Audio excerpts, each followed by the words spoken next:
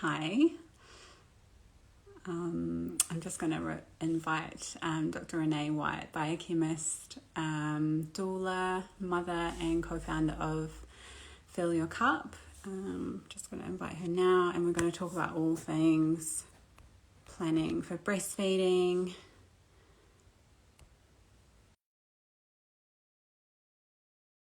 Hello, welcome. Please send any questions through. Yay, Renee's here. Hi. Hello, how are How are you? you? Yeah, I'm good. How are you doing? Yeah, good. Happy Good. days. It's Sunday. Yeah, I know. Sundays are a good day. Well, thanks for joining me. I just wanted to chat all things breastfeeding ahead of my first live workshop on Wednesday. And I Very thought, who better excited. to, yeah, me too. Who better to chat with than you? And we've had some good conversations in the past on the podcast. So We let's have. just continue. Yeah, let's do it. Let's dive right in. Great. I wanted to talk just three kind of tips of what I think mums should be thinking about ahead of their breastfeeding journey. Hmm. And I thought I'd like to paint a picture of what that kind of first 24 hours with your newborn baby is like. So I think um, getting Yeah, an understanding, an idea of what to expect is a really good start. So I think that'd be I know. valuable. It's one of the top things that we get as doulas. So yeah, nothing better than from an expert. Great. So after your birth, however that happens, ideally we're aiming for a first breastfeed, ideally within the first hour is what the research tells us. Sometimes that's not always possible depending on what kind of birth you've had. But if you can, have baby on your chest. And I want everyone to do a little bit of homework and research what a breast crawl is. I'm sure you've seen those videos, Renee, of Yeah. babies completely unassisted, actually literally crawling up the mother's Hmm. belly, finding the nipple, latching onto the nipple all by themselves. Yeah. So that is amazing to just see what your baby's capable of. I think parents are always so surprised. And there's such a sense of wonderment at how smart their little baby is. Yeah. And also the drive for food, the hunger drive is so strong. Um, so if you're able to have that time and that spaciousness for your baby to actually play out their instincts, I think that is such a good place to start. And if that first breastfeed can be quite uninterrupted, that is good. So if there's sort of tasks that this maybe if you're in the hospital that the staff are trying to do, if they're not completely urgent, those things can actually be delayed Mm. until your baby has naturally come to the end of their first breastfeed. Um, and I would always suggest offering each breast. So even your baby might be quite relaxed after the first side and seem quite sleepy. Just put them near the second breast and see if they're interested, because that sense of smell is so strong. And Mm. it's the way that the mum and baby talk to each other is by the sense of smell. Yeah. Is there anything you wanted to add, Renee? I just think, as you said, I think it's good to let people know that they kind of have permission to have that first breastfeed uninhibited. Yeah, Like things can wait. We're talking about, a normal kind of, or is it normal, labor and birth and things like that. And that they can just, say, hold on a minute, can we just have a moment here? yeah, Things like measurements and stuff like that. You're not going anywhere. They can do that after the feed. Yeah, I think yeah. that's a really important thing to note. Definitely. And then just to continue what the rest of the 24 hours looks like. Quite likely that your baby, they generally want to have a feed fairly quickly after they've been born. But after that, they like we call it a recovery sleep. So they're tired, no matter what sort of birth they've been through. They still go through sort of a big change. So it's quite exhausting for babies. So you'll notice that they want to sleep a lot. And I feel like this is where babies really lull their parents into a false sense of what's coming, because they just sleep and they're just a little Yeah. angel. No complaints here. but it's really before that hunger has awakened.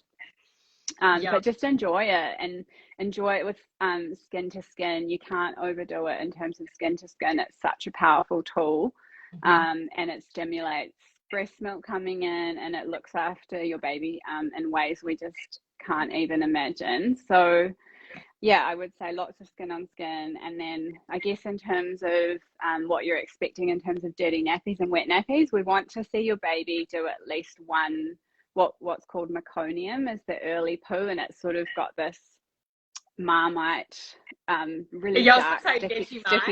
Oh, Vegemite, sorry, that's the Kiwi in me. Yeah. It's not really in my regular diet, so yeah. Yeah, so that's the sort of texture we're looking for. And then we'd like them to have one wet nappy as well. So that's kind of what you're aiming for, what we sort of say is normal for that first 24-hour period. And then without sort of being too strict or putting a number per se, but you'll hear a lot of people say feed every 3 or 4 hours. I like to say for the first 24 hours, feed 6 times. So however that looks in that 24 hours, and that's taking into account the recovery sleep. So just, babies a little extra sleepy than what they will be moving forward. So that's a good place to start. Again, and this is why I love you, Jolene. Like, I love the fact that you just fit 6 feeds in, because more often than not, people are on the clock and they're like 5, 4, 3. Okay, we're going to feed. We're going to do this. We're going to do this. Everyone's under pressure. And I think, you're probably going to touch on it, and I'm definitely going to touch on it with my biochemistry and my doula hat. Putting stress on a mother and a baby, and that's not going to end well with your milk production. No. Yeah. No. We want to be unlimited and flexible. Yeah. I love it. Definitely. I guess also just touching on that sort of fitting the feeds into the 24 hours. This is a big thing that comes up in hospital. If you notice that your baby's wanting to just naturally sleep for long periods during the day, and that this is more common with a newborn because they don't have that sort of sense of night and day yet. If they've had maybe a couple of 4 to 5 hour naps, that's a really big portion of the daytime gone in sleeping. And if we're sort of aiming for, after that first 24 hours, we're aiming for 8 feeds or more in 24 hours, then if you've only done 2 or 3 in the day, I'm thinking your night's going to be pretty busy. Yeah. It's party time. Exactly. The baby they're ravenous. They want their food. The milk supply is a little bit delayed almost because it hasn't had that frequent messaging during the day. And it's just exhausting. Back-to-back feeds. It's not fun. No, it is not. I definitely, and that's the cluster feeding as well. And there's 100%. Yeah. Biological reasons for that. Absolutely. So, yeah. Yeah. So what else? Is there anything else to expect? So, yeah, we sort of covered the first 24 hours. If we're thinking about what it's like after that for the first few days, I think, when you're preparing for breastfeeding, we want to have a really good sense of what's normal. Parenting, it's a very overwhelming experience. It's an incredibly steep learning curve. So there's a lot you're going to be feeling your way through, and you're not quite sure what's what. So if we know we need to feed our baby 8 times in 24 hours, we want to keep an eye on what wet and dirty nappies are like. So day 1, they're one of each, so 1 poo, 1 wee. Day 2, 2 of each, and then day 3, 3 of each. Essentially, when the milk comes in, which we'd like to see around day 3 to 4, we call it sort of 72 hours. That's for the majority of mums. Yeah. It's definitely some that comes in sooner, comes in later, and that's completely normal as well. We'd like to see around 6 to 8 wet and dirty nappies. So the nappies really start to pick up when the milk supply increases and really sets in. Yeah, definitely. Yeah. And sleep's not super regulated, so expect it to be broken. Babies can nap and sort of snack a lot. you just got to ride the waves. So it will even out eventually, and it's the rocky process of the baby and the breast and the mum talking to each other. Yeah, 100%. And that's why the skin to skin is so important, because you need, you know, that messaging to keep going through and through the feedback loop. Yeah, definitely. Yeah, and it's the most natural way to talk to each other, skin to skin. So, you know, having your baby in the cot while you're on the other side of the room, you know, we want that proximity and that closeness, so the bodies can really bond and on that next level. Yeah, definitely. Before I pick your brains, your biochemist brains, I wanted to just talk about that process of the milk coming in. So more in terms of what to expect sensations wise. I think it catches lots of mums off just how intense of a process it can be. So when we say milk coming in, that's sort of our slang for the milk turning from the colostrum, the really early milk, into the more, it's transitional milk when it's about 3 days, 2 weeks in, that's when we say it's mature milk. But look, whatever's coming out of your breast is exactly what your baby needs. So just trust in that process. But we see from the majority of mums around that sort of 72-hour mark, as the breasts really start to switch on, they're getting the message that they need to be full for your baby. And there's blood flow, there's lymphatic flow, so all the extra sort of fluid in your body, and milk. So it's a whole lot of fluid that your breast has never housed before. And it's, you know, it can feel like a really intense sense of pressure, firmness. It can even feel a bit painful. So I recommend obviously regular feeding to relieve the breast. If you've got the skill of hand expressing, I know we've talked about that in our most recent podcast. I highly recommend mums learn how to do that. That can just take a bit of pressure off if baby's completely fast asleep and you know they're not going to have a feed anytime soon. And then I like to use cold, so ice packs. You see those little like flour gel ice packs. They can be okay. Even frozen veggies from the freezer. Just cool it down. Taking some of that heat and fluid out of the breast can really relieve those symptoms. If you're getting to the point where it's just stopping you from sleeping, or you are just feeling so uncomfortable and you just can't relax, it's okay to take some Panadol. Yeah. Oh, I definitely remember that. I was like, woke up at like 3 o'clock in the morning. I was like, what is that pain? It's like, oh yes, ding, we're ready to rock and roll now. It's such a strange sensation as a first time mum as well, to kind of experience that. So yeah, it's all very definitely. And just keep in mind that sort of engorged fullness of the milk coming in, it's not going to always feel like that for your whole breastfeeding journey. It's just when everything is on overdrive and your body's received all those messages, everything's happening, and it takes a couple of days to settle, but I think it's just important to know that it's going to happen. Yes, absolutely. Yeah, because with, you know, as a first time mum, you experience so many new things, and you're like, wake up and you're like, oh my God, is this normal? Like, what's going on, you know? And also understanding, I think, having the tools, as you say, to kind of relieve, you know, hand express and cold packs and things like that. I think all of those tools are fantastic to have as a first time mum, second time mum even. Definitely. Great. Okay, so let's hear about sort of the biochemistry. What's really going on when the milk's coming in, and what is supply and demand all about?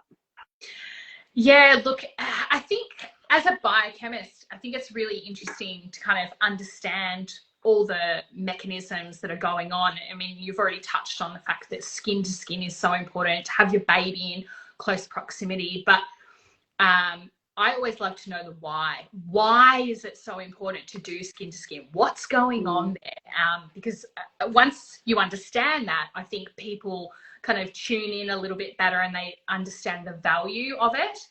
And so at a biochemistry level, I think there's probably 2 hormones that we really need to understand a bit more about. The first one is prolactin. So prolactin, so think of it's a positive, it's a pro, and lactin, you know, lactating. So prolactin actually mediates the postpartum milk synthesis. So that's the thing that's actually messaging in your body to produce the milk. And the other hormone that is vital is oxytocin. So people have probably heard of oxytocin. It's the love hormone. And, you know, it's that warm and fuzzy feeling that we get. So oxytocin is vital for the milk ejection. So once it's produced, how does it actually eject out of our breast into our baby's mouth? And so what's really important to understand is that, and again, you've touched on this, Jolene, the messaging, that constant feedback loop with your baby. And so when a baby suckles at the breast, it sends a message to mama's brain, and mama's brain goes, oh, there's a baby there. Okay, great. We need to start making milk, and we need to start ejecting milk. And so that's where both prolactin and oxytocin come in. And so you get that beautiful positive feedback loop of those hormones being produced. Now, because they're hormones, it's a really slow messaging system because they're such large molecules. It takes a long time for them to be produced and to travel through your blood system and things like that. Conversely, you know, messaging like in our brain where there are neurons firing, it's bang, bang, you know, we can move around, we can dodge out of the way of something, you know, it's really fast. So that's why it takes so long for our milk to come in. And that's why we consistently have to send those messages time and time again to our brain and our body that a baby is here. And so that's why skin to skin and having frequent skin to skin is so important. And I think one of the things I want to highlight is that, you know, I have heard of events where people have said, oh, I'm just waiting for my milk to come in and we're going to top up with formula instead. Now, I'm not anti-formula. Whatever floats your boat, floats your boat. I kind of wish my baby took formula at some stage because I was exhausted, but she just refused to. So I'm definitely pro formula if that's what you need to do. But I guess sometimes you might fall into the trap of topping up with formula if you think that your baby's not full enough because they haven't received enough milk from you. But I think what happens then is it stops that positive feedback loop. And so there's no baby at the breast suckling. Instead, they're obtaining their nutrition from formula. And so those messages aren't being sent to the brain to produce the prolactin and the oxytocin. So you kind of halter that feedback loop. So that's, you know, a scenario where, you know, if you're sitting back waiting for it to happen, it's probably going to be even more delayed. So yeah, from a biochemistry perspective, that is the molecular reason around why skin to skin is so important. And also just smelling your baby, hearing your baby, touching your baby, seeing your baby, all of those things, we receive beautiful messages from our baby and they get sent to our brain, and that's responsible for producing the prolactin and the oxytocin. Yeah, amazing. It's so amazing. I love how you said about the delay of the message, because it always seems strange, you know, why isn't there milk as soon as the baby's born? But there's a process and there's a reason why it takes a while for the body to get going. But once it all happens, it's you know, it works well, and that those early days are so crucial for lots of those messages to start happening, because that's what lays the foundation of a, you know, an abundant and optimal milk supply. Yeah, 100%. Yeah, definitely. Yeah. So some of your other hats, the doula hat, what, you know, how can the village support this? What can mums do in their pregnancy to help support this process?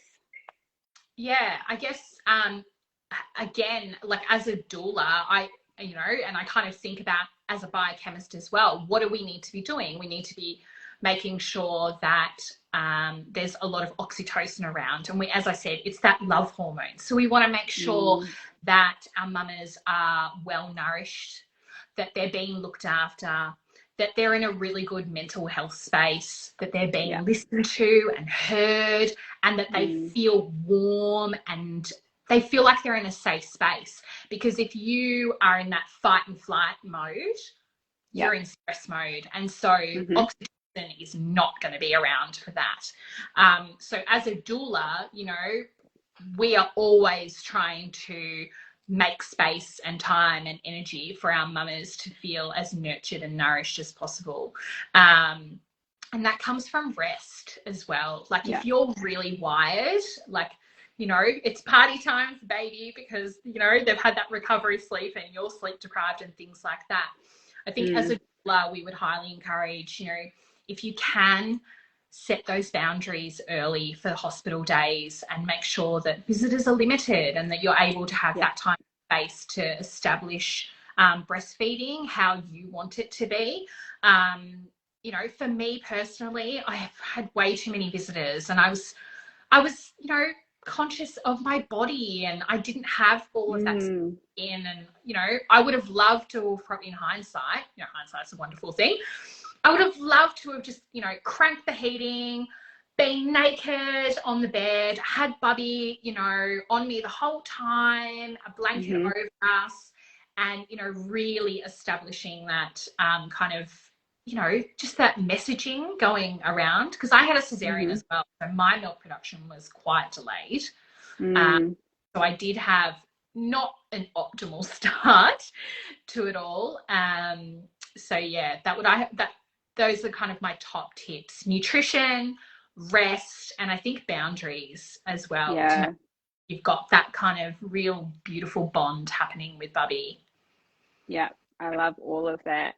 I mean, that kind of, you sort of touched on what you do a little bit differently as a mum as well with the visitor thing is quite important, I think, when we're thinking about having a slow postpartum. And you know, it's a very intimate process with the baby. Your bodies are getting to know each other, and it doesn't really lend itself very well to having people sort of stopping in. You've got to get out of bed and up all the time, and you know, we know it's actually more beneficial for you to be as horizontal as possible for as long as possible as well, in those first 6 weeks especially.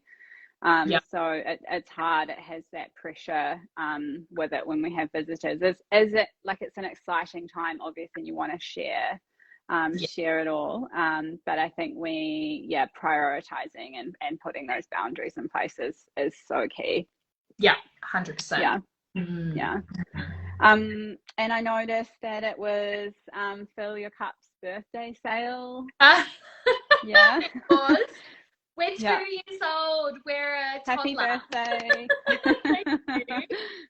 That's awesome. You guys are doing such important work. So yeah, I'm celebrating with you. Oh, thank you so much. Yeah.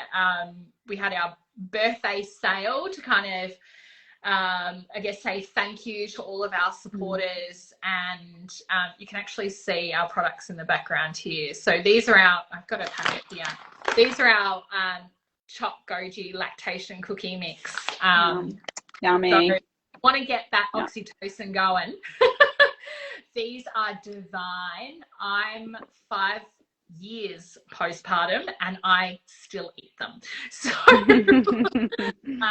they're really, really beautiful. And our dal here, which is first in market to have organic bone broth in it, that's sold out.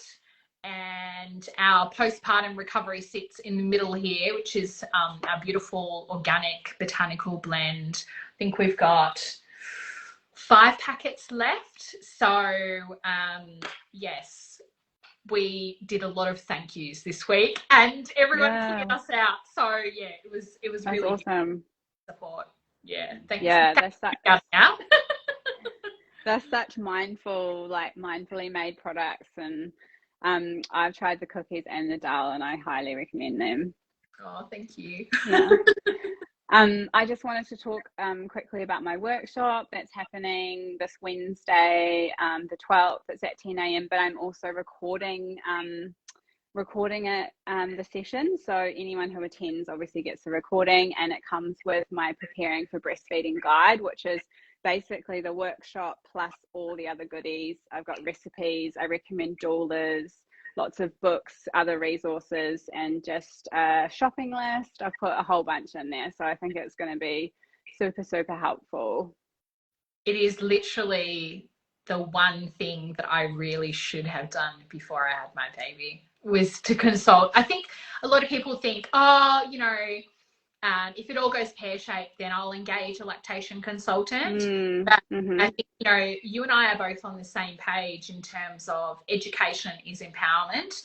And it's definitely something that we talk to all of our, you know, mamas about in our prenatal session, which is to empower yourself with the knowledge of your body, but also the expertise and knowledge of an expert like yourself, because I don't think you can ever know too much. As you kind of spoken about those golden hours, to have that knowledge walking in to the hospital is just like priceless. As a mum who did not do that, I can tell you that it was very, very difficult, particularly when you're hormonal, you are drugged up to your eyeballs because you've just had a cesarean and you're very, very deprived. So highly encourage everyone to get along. My goodness, it is such a good workshop. I have previewed it. So, get in, like, run, do not walk, people. Amazing. Oh, thank you, Renee. This has been such a good chat, and I hope we can share this to everyone. Thank you so much for your time and your wisdom and all of your multiple hats. And we should definitely do this again. But I hope that everyone's taken some value from this and can share this to any pregnant mamas that they know who can reap the rewards. Absolutely. Thanks, Jolie. Okay. All right. Have a good weekend. Okay. All right. You too. Bye.